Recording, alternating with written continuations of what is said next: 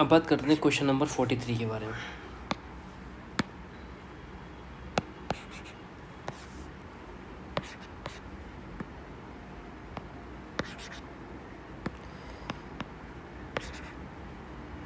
बात करते हैं क्वेश्चन नंबर 43 के बारे में। ए simply supported beam having 20 mm width and 450 mm effective depth support a total UDL load of 2 lakh Newton. The nominal shear stress will be nearly। ठीक है, तो देखते हैं अब इसका कितना होता है। इसका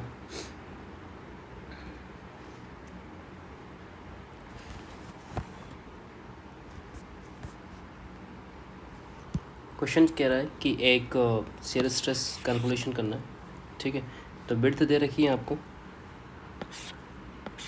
एक सिंपली सपोर्टेड बीम है, ये रिएक्शन है, इस पर यूडीएल लोड लग रहा है कितना, न्यूटन का, 2 लाख न्यूटन का पूछ रहा है ये। और ये जो इसकी विड्थ है, विड्थ दे रखी है आपको 200 mm and 450 mm depth, total इतना लोड लग रहा है। तो नॉमिनल शेयर स्ट्रेस कितना होगा इसमें? तो नॉमिनल शेयर स्ट्रेस क्या होता है?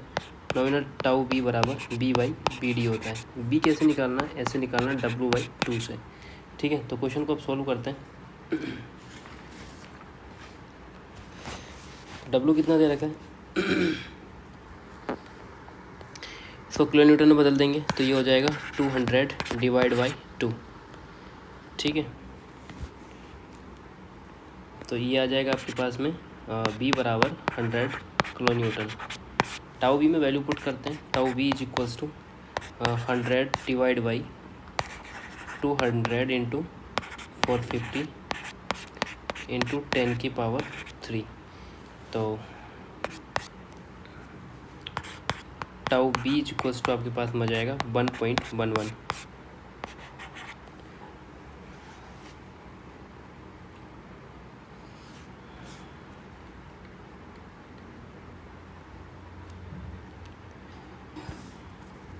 बी आंसर सही हो जाएगा। Next question 44।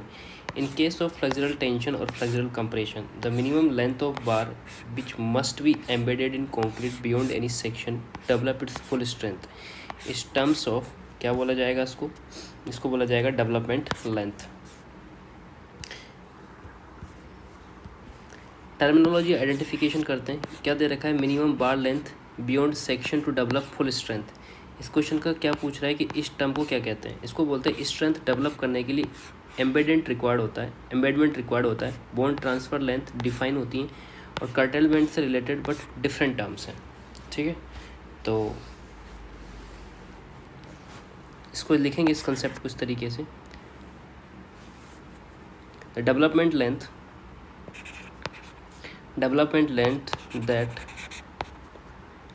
that is certain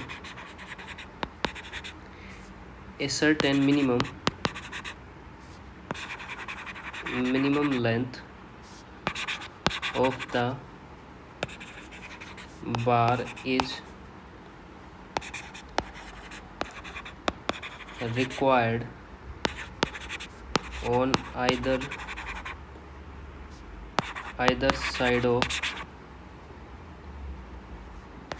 side of a point of maximum steel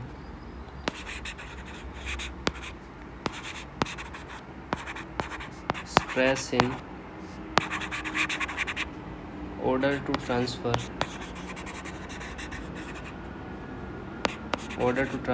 the bar force to the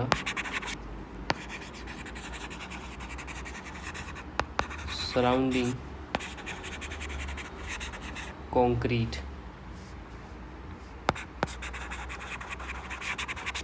through bond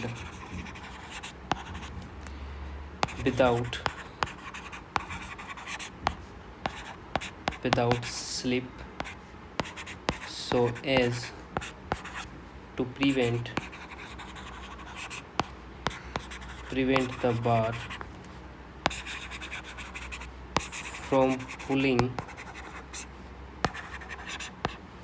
out under tension।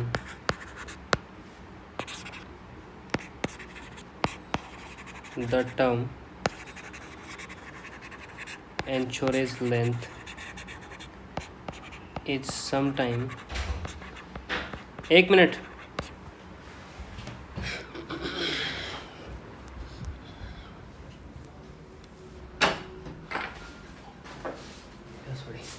खाना खा लिया? नहीं मैंने नहीं खाया अभी। खाना रखा ऊपर, सब्जी भी है, लेके आऊं? भूख भी तो नहीं है। खा लियो ना थोड़ा बहुत, एक आध। तो खाएगा? मैंने तो खा लिए थे ना, पूछा था बस। ठीक है फिर मेरा उधर हो जाए। लेके आऊं? लिया मेरा भी इसमें वो चल रहा है।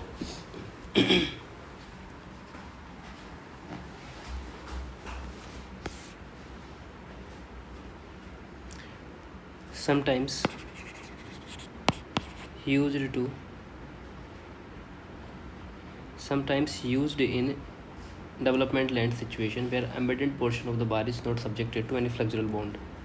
So बात करते हैं development length, that is certain minimum length of the bar is required on either side of a point of maximum steel stress in order to transfer the bar force to the surrounding concrete through the bond without slip as to prevent the pour pulling out the tension.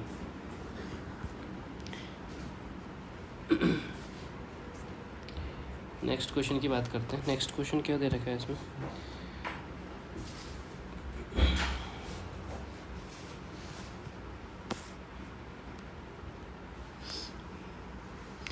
Stirrup area in excess of that required shear and torsion is provided along each terminated bar over a distance from cutoff point is equal to 2/3, 3/4 या 1/3, 2/3, 345, 3/4 of effective depth of member. Stirrup area in excess that required shear and torsion is provided along each terminate bar over a distance from the cutoff point is equals to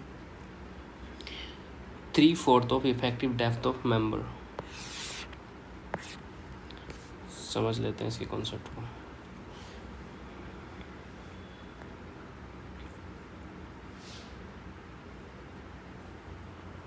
ये पूछ रहा है flexural बार में terminate की जाती है, flexural बार terminate की जा रही है, तो extra stirrup area cut off point से कितनी डिस्टेंस तक प्रोवाइड करना है। ठीक है, तो कितनी 3/4 पर, 3/4 पे ही तो होएगा भाई। हाँ 3/4 पे ही होएगा। लिख लेते हैं इसमें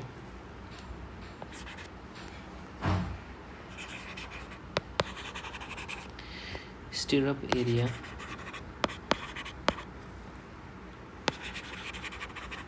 excess of that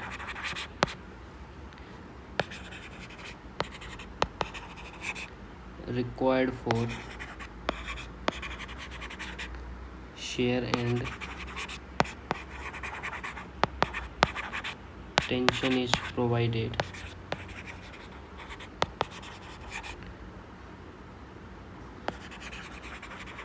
along each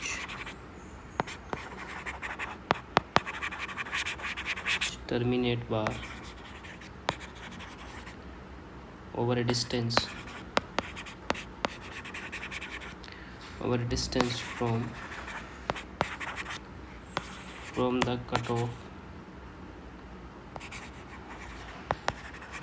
cutoff point equal to 3/4 of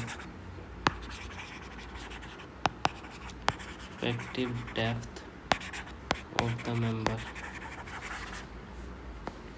तो इसमें लिखा हुआ कि stirrup area in excess of that required for shear and tension is provided along each terminate bar over the distance from the cutoff point equal to 3/4 of effective depth of member। Next question पे चलते हैं। The grade of concrete and reinforcement M20, Fe25 respectively, considered 25 mm diameter bar. Tau VD is 1.2. What is the development length support for the simply supported beam of rectangular section? The grade of concrete and reinforcement M20, 250 respectively, considered 25 mm bar. Tau VD is 1.2. What is the development length? ये निकालना है इसके लिए। ठीक है, तो आपको क्या क्या दे रखा है, यहाँ पे दे रखा है ये दे रखा है, ये दे रखा है, ये दे रखा है, ये दे रखा है। डेवलपमेंट लेंथ पूछ रहा है, तो एल डी बराबर होता है 5 sigma S divide by 4 tau V D. Sigma S बराबर 0.87 पुट कर देंगे, तो ये हो जाएगा 5 कितना दे रखा है अपन को 25, ठीक है, into sigma S 0.87 into 415 250, F ही दे रखा है ना 250, तो 415 क्यों ले रहा है, डिवाइड बाई 4 इंटू 1.2, ठीक है। इसको सॉल्व करने के बाद में आपके पास में कितना आ जाएगा, आपके पास आ जाएगा 132.81, 1132, 1132 कहाँ पर है इसमें, 1232, 1133 mm। नेक्स्ट बात करते हैं, in a singly reinforce beam for a given grade of concrete permissible bond stress is deformed bar. In simply support beam की बात कर रहा है, given grade of concrete permissible bond stress is deformed bar lesser than the plain bar, equal to the may be greater than और smaller than greater than of the plan. तो 47 में greater होगा, greater than of the plan वार, क्योंकि बात कर रहा है single reinforcement beam की, और जो परमिसिबल बॉन्ड स्ट्रेस पूछ रहा है डिफॉर्म्ड वार की, तो ऑब्वियसली प्लेन वार से ज़्यादा होगी, है ना भाई। कौन सी भाषा का प्रचलन किया जा रहा है भाई, ऐसे बोल बोल के? अच्छी भाषा नहीं है क्या पढ़ भाई, मेरा माथा खराब है, डीजे पे स्पीकर लेके ले पल्ले। मेरा माथा खराब है यार, किधर भी हाथ पैर मारने के बावजूद भी ऐसी तैसी हो रही है।